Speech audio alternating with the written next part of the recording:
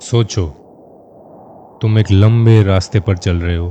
आगे सिर्फ धुंध है, तुम्हें पूरा रास्ता नहीं दिख रहा है, बस अगला कदम। तो क्या तुम चलना बंद कर दोगे, या सिर्फ इसलिए रुक जाओगे क्योंकि तुम्हें पूरी जर्नी नहीं दिख रही?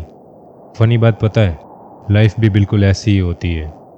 शायद इस वक्त तुम्हारे दिमाग में भी एक ही सवाल चल रहा है, मैं करना क्या चाहता हूँ।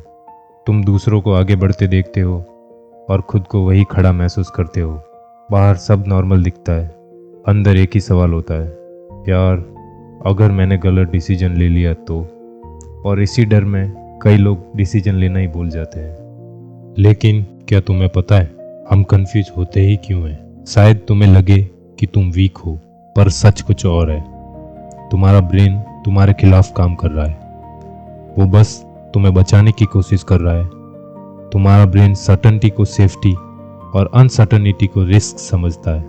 जब बहुत सारे रास्ते खुल जाते हैं, ब्रेन फ्रीज हो जाता है, और सबसे बड़ा रिस्क कई बार कोई रास्ता ना चुनना होता है।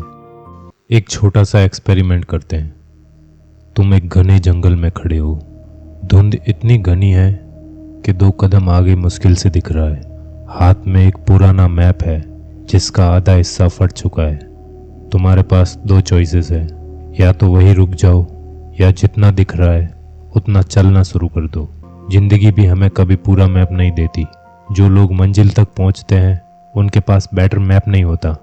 डिफरेंस सिर्फ इतना था, उन्होंने धुंध खत्म होने का इंतजार नहीं किया, वो धुंध के अंदर चलना शुरू कर दिए।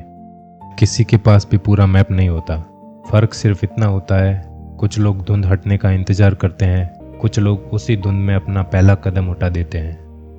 अगर आज तुम्हारी लाइफ में भी धुंध है, शायद तुम खो नहीं गए हो, तुम अपने रास्ते की शुरुआत पर हो।